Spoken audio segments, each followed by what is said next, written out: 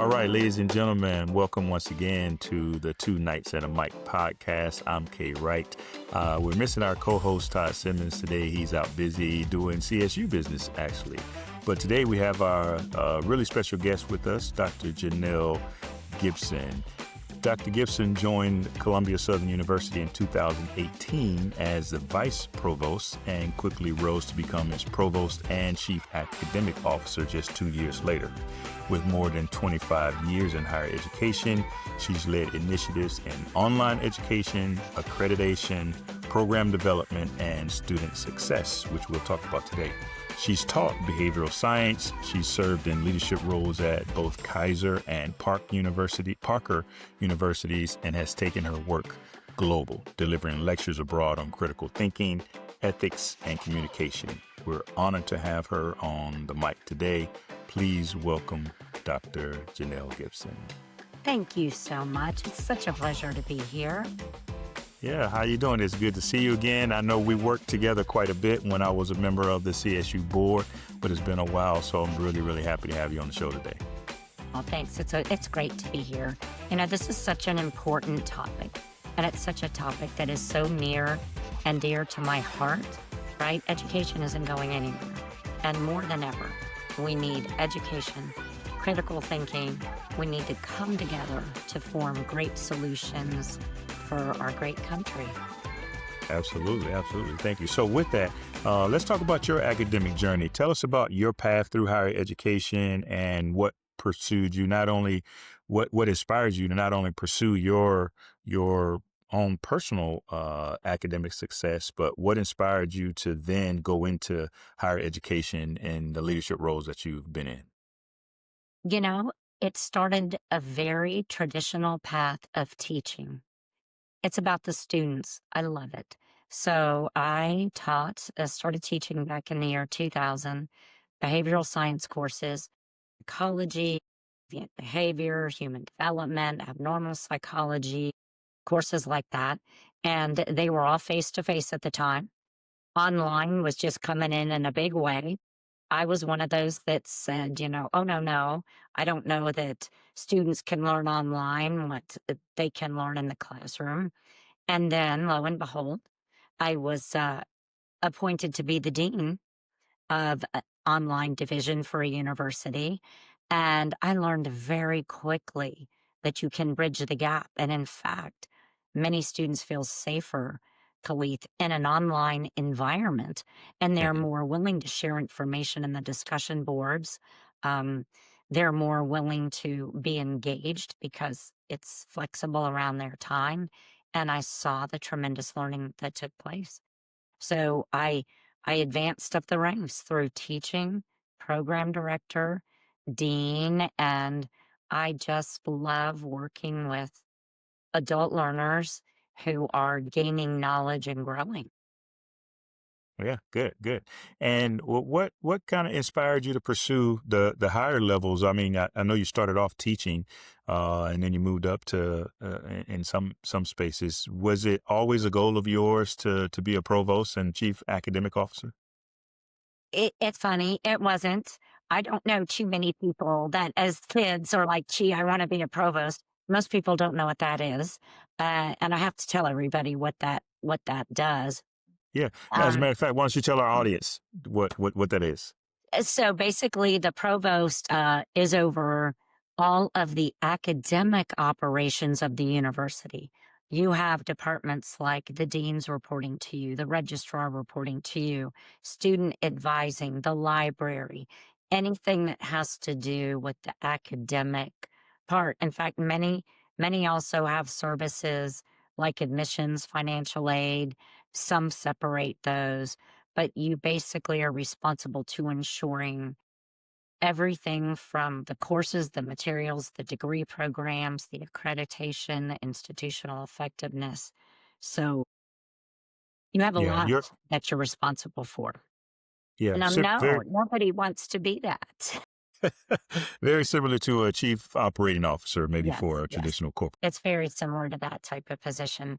But I think as you grow in any career and you're exposed to more and you have opportunities to influence for positive change, you want to take that on, right? And you want to be part of that and you want to make that better. And Yeah. so that's probably what motivated me to move up Yeah. through that. Yeah. Any advice for an aspiring, maybe instructor, professor that may want to get into the leadership aspect, being maybe a department head or someday being in your position? I would probably say if there's any advice to doing that, right, it's to spread out and understand the breadth. Because when you get into higher education and you get advanced degrees, especially doctorates or PhDs, they're very, very focused on a particular subject, and you are an expert in that area. But when you are working at a higher ed administrative level, you have to have knowledge in a lot of areas. So, a mentor of mine, who also happens to be a trustee, Dr. Gary Hokenadel, said to me, take all those things you don't know about and learn about them. Like, do you understand financial aid and how it works? Well, I didn't. I was a faculty member. So I started learning how financial aid worked. He's like, do you understand admissions and how it works? I didn't. So I learned admissions.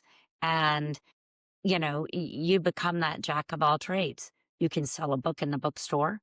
You can work in admissions. You can work in financial aid. You can work in outreach or external recruiting. But I'd say learning and understanding the different areas and how they work together to accomplish the goal is probably one of the best strategies I know, Khalif. Yeah, yeah. Maybe getting out of your comfort zone and becoming, like you mentioned, a little bit broader in the way you Absolutely. see the world and see, particular higher education. One of the things that I love about CSU is the focus on student success, and I know you've been really, really crucial to developing programs and ensuring that the school remains student focused and that students have the opportunity to be successful. Um, what does student success mean to you, and how has CSU created the environment where students can thrive, especially the types of students that we have, at least one part of our population, which are military, either current or prior military members who are typically working a full-time job and trying to go to school and balance other parts of life? So student success to me means graduation. Okay. Like I wrapped it all up in one word. It is graduation. When a student comes to Columbia Southern, they come here with one goal in mind. They would like to earn a degree in a chosen program. And I feel that that is our responsibility to help ensure that they have every opportunity and we remove obstacles so that they are able to graduate. But that comes in a variety of support systems, right? Adult learners juggle so much. They have jobs, they have children. And now you take our military. They not only they have deployments, they're separated from families. They're trying to do their classes when working tremendous hours. So you have to figure out a way to have flexibility, right? I've literally had students write me when I was teaching, and they would say, Professor Gibson, I'm sorry that my assignment will be late. My unit is under mortar fire. And I'm like, I don't care about your assignment. Be safe. Please write me when you can and let me know that you're okay. We'll figure out the assignment. Like we'll get it in. And it's that sort of thing. You have to realize what you're working with and that you are working with professionals who, in my opinion, don't need a lecture on time management, right? Instead, they need us to educate them on the material and the content and teach critical thinking and treat them like the professional they are. And so that is my view. It sometimes clashes with other views in academia, but my view is our students are adults, they're professional, and I need to treat them according and provide support services and flexibility for them. Yeah, I think that's really, really important. And, I'm a huge believer, Dr. Gibson, in attitude reflects leadership. And so what I've seen with CSU and your faculty is that they all take on that same mentality that you have of ensuring students can be successful by any means necessary. Now, what's the balance between that level of flexibility and maintaining and ensuring that you stay within the boundaries of accreditation and the normal standards of higher education? It is a balance because there are certain compliance rules and regs that you do have to follow. You know, the student does have to finish the course in a specified amount of time. We do need to ensure if people, are deployed and they take a big break, that we have provisions in place for that. So we monitor that very closely and try to work with our students the best we can to just ensure that, yes, of course, we meet all the higher regulations that are there. But, documentation, Kalith, is probably a big key to it, that you have well written policies that are in line with what's required by both the Department of Ed and our accrediting body, which is SAC COC. And then you follow your policies and you have documentation showing that you follow those policies. And as long as you can defend them and they're in compliance, we find that actually the Department of Ed and SAC COC is very, very encouraging and supportive in helping us remain flexible. Yeah. And I would say again, you and the team have done very, very well. I get a lot of great feedback from alumni and current students about the level of flexibility and how we had Chantel on in an earlier show, and she talked about the customer service Yes. that's associated with CSU. So I think that's something that to hang your hat on and something to be really, really proud of. Yes. So speaking of Chantel, one of our co-founders, right? It's in her blood. So this Mhm. is in her values, core values that run through all the way through how they want their students treated, the professionalism, the flexibility. The yes, you know, we hire very carefully here because we want to ensure that we have advocates that are absolutely dedicated to student success. But you're Yeah. right. You have to have boundaries, Yeah. but you can also work within those boundaries. You mentioned earlier that when you first started teaching online, you weren't quite convinced that students could learn the right way. What was the turning point, and how have you seen online learning evolve over the years since you first started? When it started, right, your live chats, as they said, were in a chat box with font, and that was your only way to communicate with the student. You would write, Yeah. they would write, you would write, you couldn't type quick enough. I would have scripts of answers written in Word, and I would like copy and paste it in there so I could get it in. And then came the technology, right, for the web conferencing, where you could go on camera, you can talk to your students, they can go on camera, you can share your screens, you can show clips of films, documents, so you can engage and talk to your students and get to know your students just the same that you can when you're in the classroom with them. So that's helped. And then I would see from the discussion boards and the assignments how much the students actually learned. And I realized, like, okay, they are learning phenomenal amounts in this. And it's very, very well done for adult learners. Yeah, when I first started my educational journey, we in the early '90s, of course, we didn't have internet and online programs. I've just seen. I kind of finished my undergraduate degree right around the time that online learning became pretty popular, and then my graduate studies I did most some in the classroom and some online. But over the years, I've seen tremendous growth and the way and the tools and the programs that university are able to use. So, and I think CSU does it right up there with the best of them. So, Yeah. And you know what it is? You feel when you're a faculty member, you feel the connection to your students. And that's how you know. You feel when one shares a hardship with you, you're worried about it.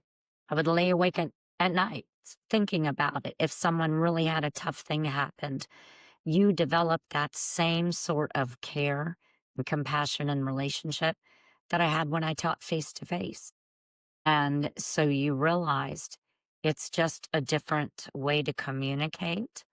But I, the students disclose a lot and share a lot in the online environment. so as the provost, as you know, one of the senior leaders in the university, you get to see a lot, you get to experience a lot. I know you sit on other boards for other universities, and just based on your background and your current experience, what do you see as the biggest challenges in higher education, particularly as it relates to the online learning environment?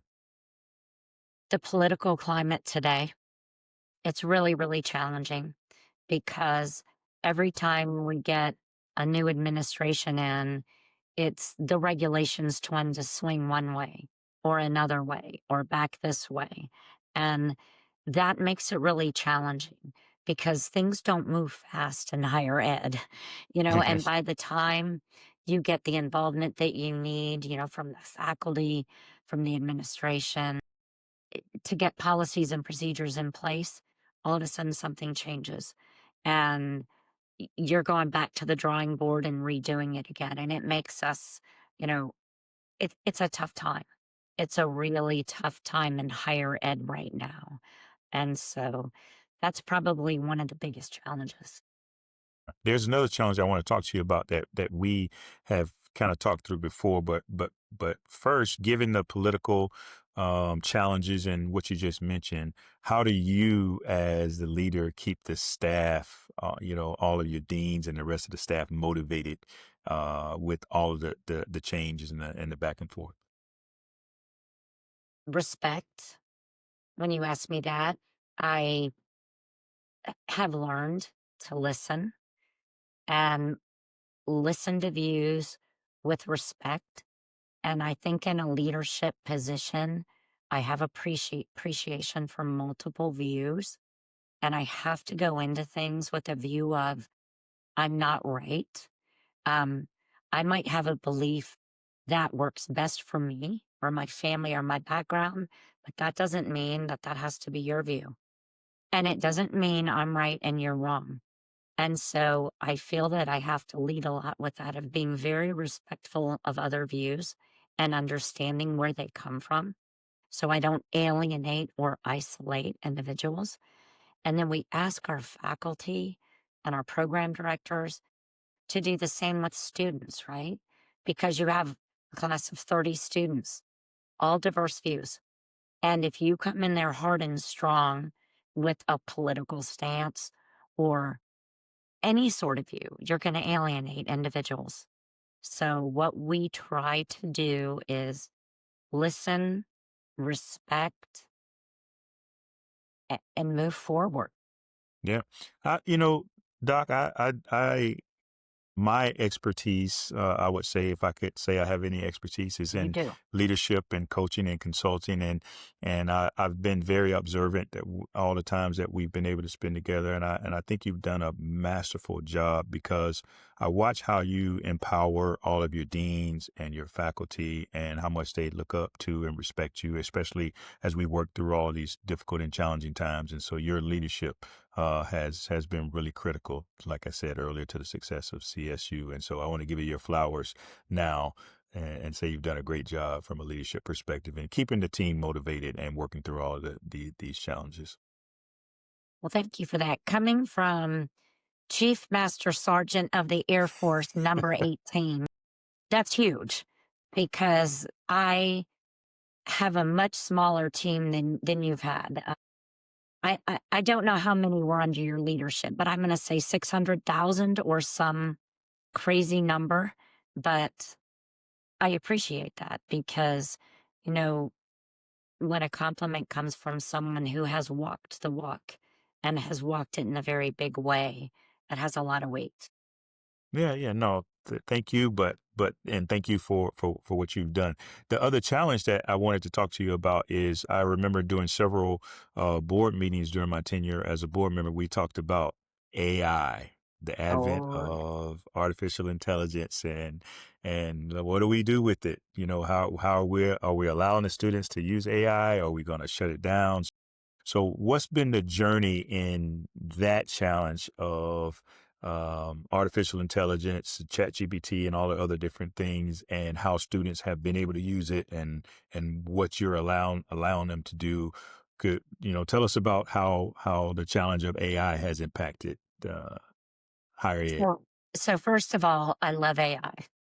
I love it. I think it's cool. I think it's really cool, and it can word things so well, like I've never seen. But it can present an integrity challenge, right? As most of the writing that we request from students is that they use their own words. And AI is just another research tool, which, if used correctly and cited, can actually help and improve the writing, but it has to be used correctly and cited. So, what we did is we put together a very broad AI committee led by actually Dean Mike Perry, who is Dean of our College of Space, Intelligence, and Military Operations. He's got a lot of experience with AI. We put people on the committee from all different walks in academics and within the university, and they spent about a year learning about AI, discussing AI, developing processes on AI, getting feedback from others on it, and proposed to me policies of how we would address.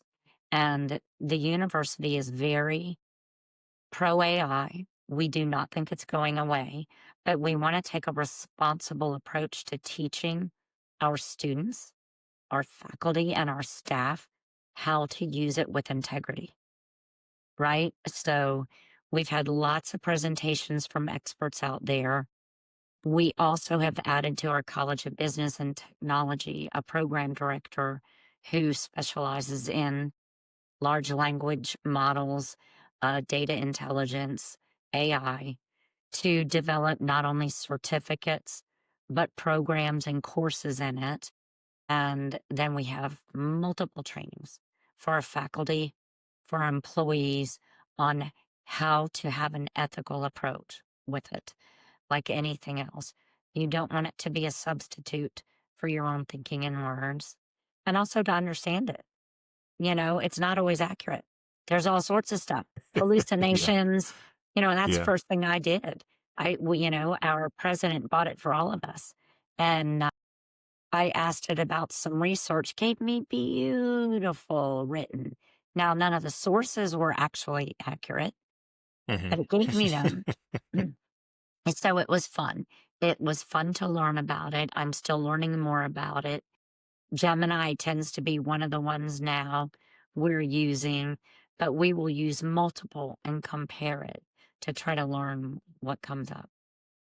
Yeah, so again, I think that speaks to the level of flexibility, and I would put that in the category of student success, the way that you and CSU has embraced artificial intelligence, AI, and allow students to use it and encourage them to use it, you know, use it in a way that is going to be in addition to their learning environment and not a substitute. It's amazing. It's amazing. It is, when people say it's coming, it's not coming. It's here. It's been here in a big way. And, you know, Yeah, yeah.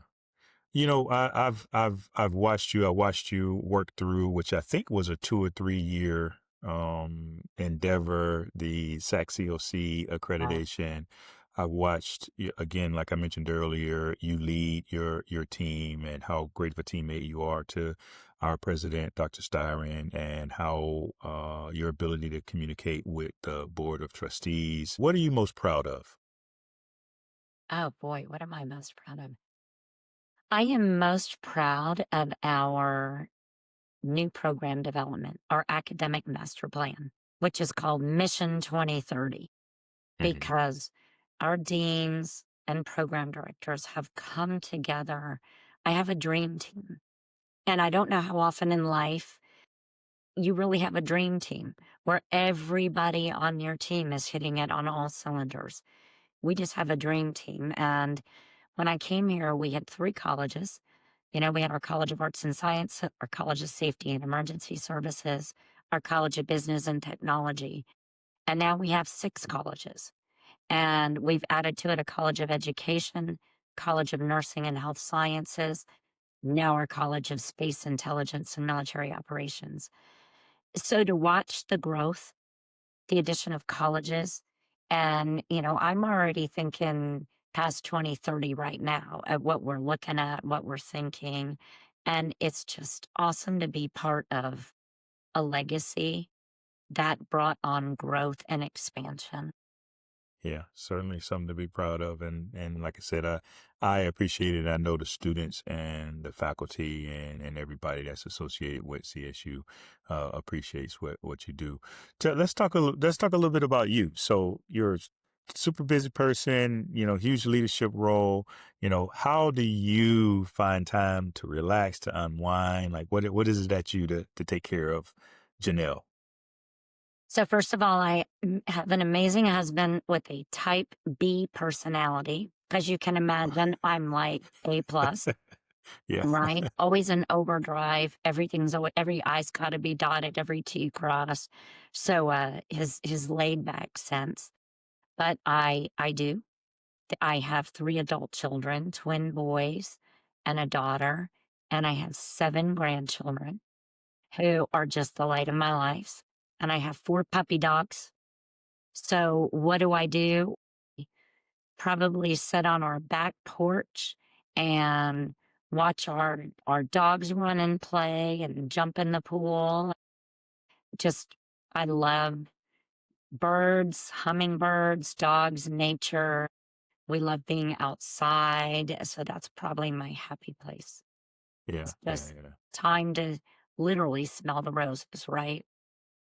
Yeah, I think it's important. We talked to Chantel, Todd and I talked to Chantel about it as well. And I think it's super important to not only from a leadership perspective to find that time to unwind, to Yeah. find time to be intentional about your own health and wellness, but also, how do you encourage your staff as they work through all of the difficult challenges and I know many of them might have aspirations to go on and do greater things, and they certainly have aspirations to make their programs to continue to grow and be great. But how do you ensure that they are taking the time they need to relax and take care of themselves?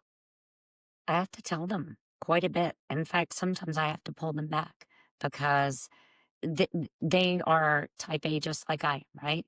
They work hard, they go, go, go, go. So I literally sometimes have to have conversations that's, do you need to travel to all these places?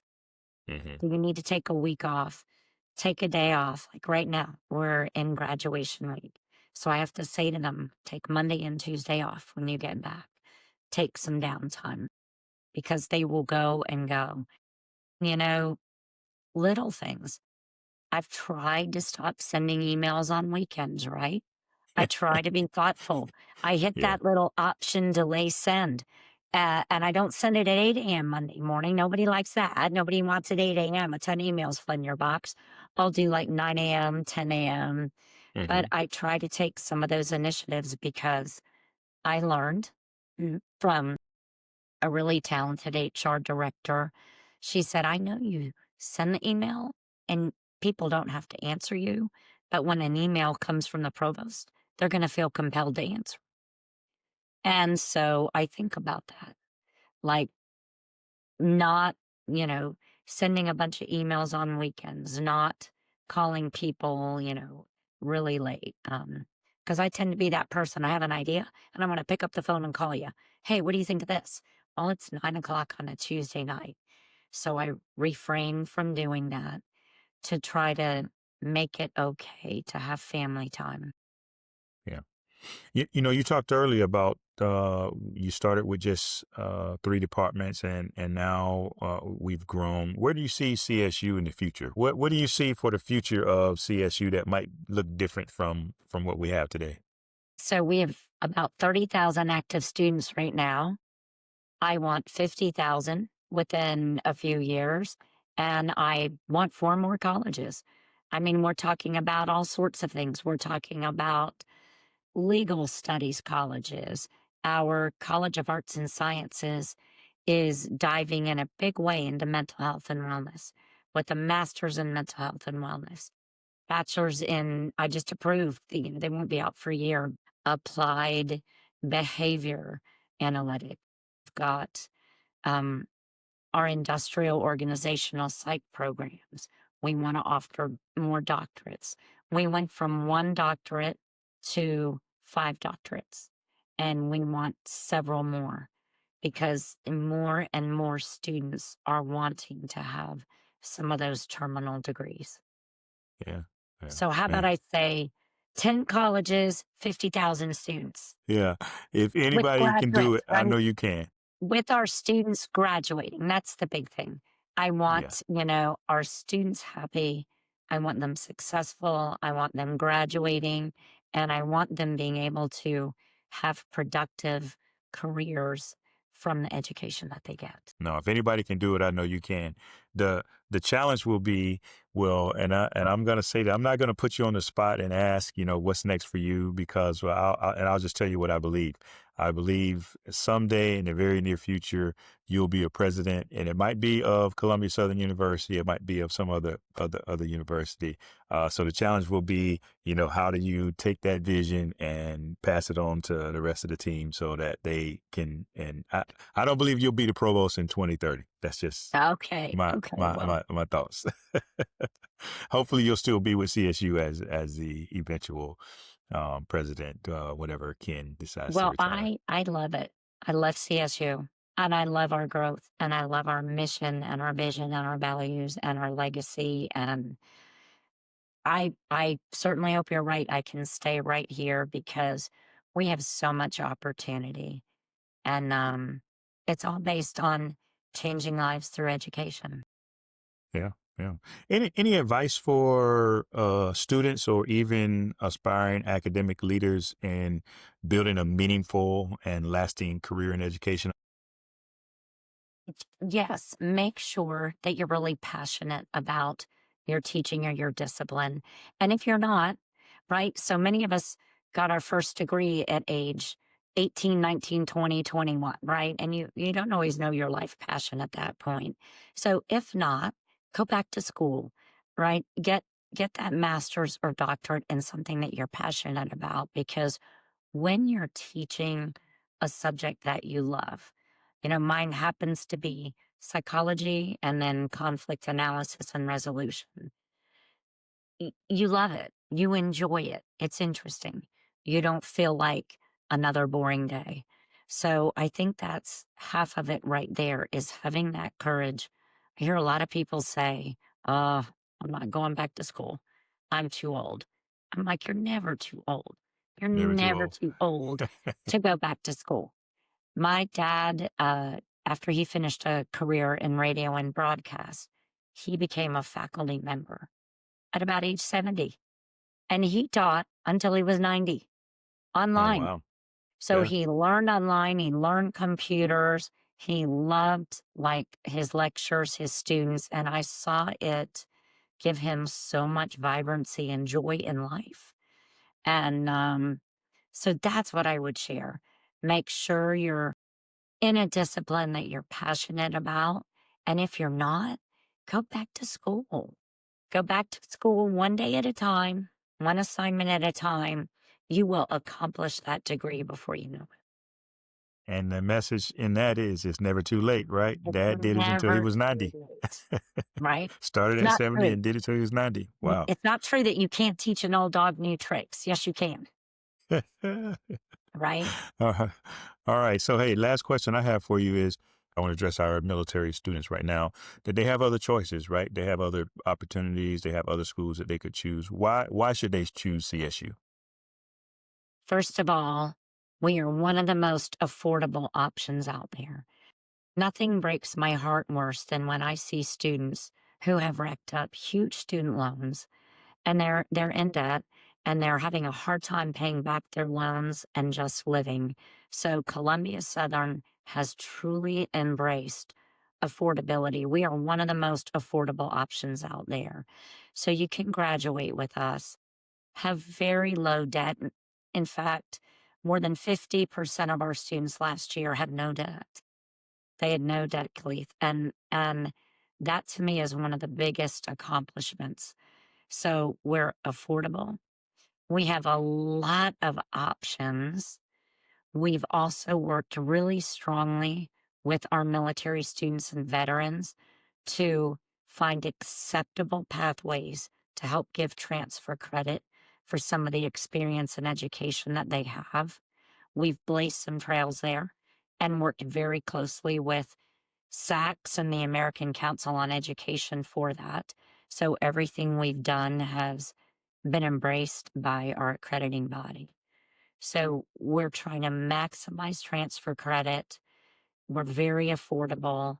And then we do offer flexibility for students who may have to be on deployment or may not be able to take courses in a term. We don't let that stop students from moving forward. So, and we care, right? We love our students and we genuinely care. And we want to help our students succeed.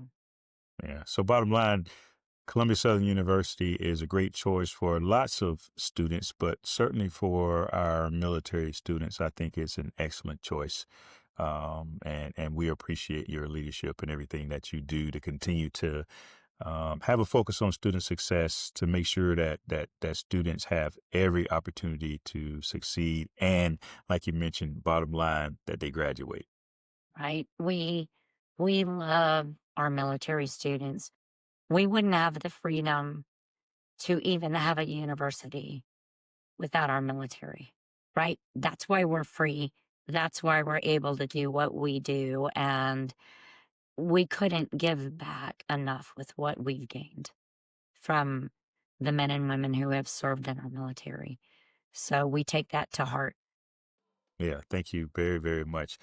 Any parting words for our audience, Just current thank and potential students? just thank you. Remember, you're never too old to learn. You're never too old to learn a new discipline, earn a new degree, change a career, be something that you've always wanted to be. I just love when people have an idea, shoot for the stars, obtain new goals, and you know, reach out, give us a shot. We have teams that are even willing just to talk and brainstorm with you if you're interested in pursuing some possibilities. Dr. Gibson, thank you so much again. I think you're an amazing leader. I think you've done an amazing job with the team, and again, creating the opportunities for students to be successful. So we really appreciate you. It's been great having you on the show. Thank you. I'm Kay Wright. We're missing Todd Simmons, but we had a very special guest with us today, Dr. Janell Gibson, the Provost and Chief Academic Officer for Columbia Southern University. So once again, thank you, Dr. Gibson. And if you're interested in learning more about your educational opportunities, go to our website, www.columbiasouthern.edu, and you can learn more. Somebody will reach out to you. But again, Dr. Gibson, we thank you. We appreciate you. And I'll see you on my next trip to Thank you. Orange Beach. Thank you so much. Be well.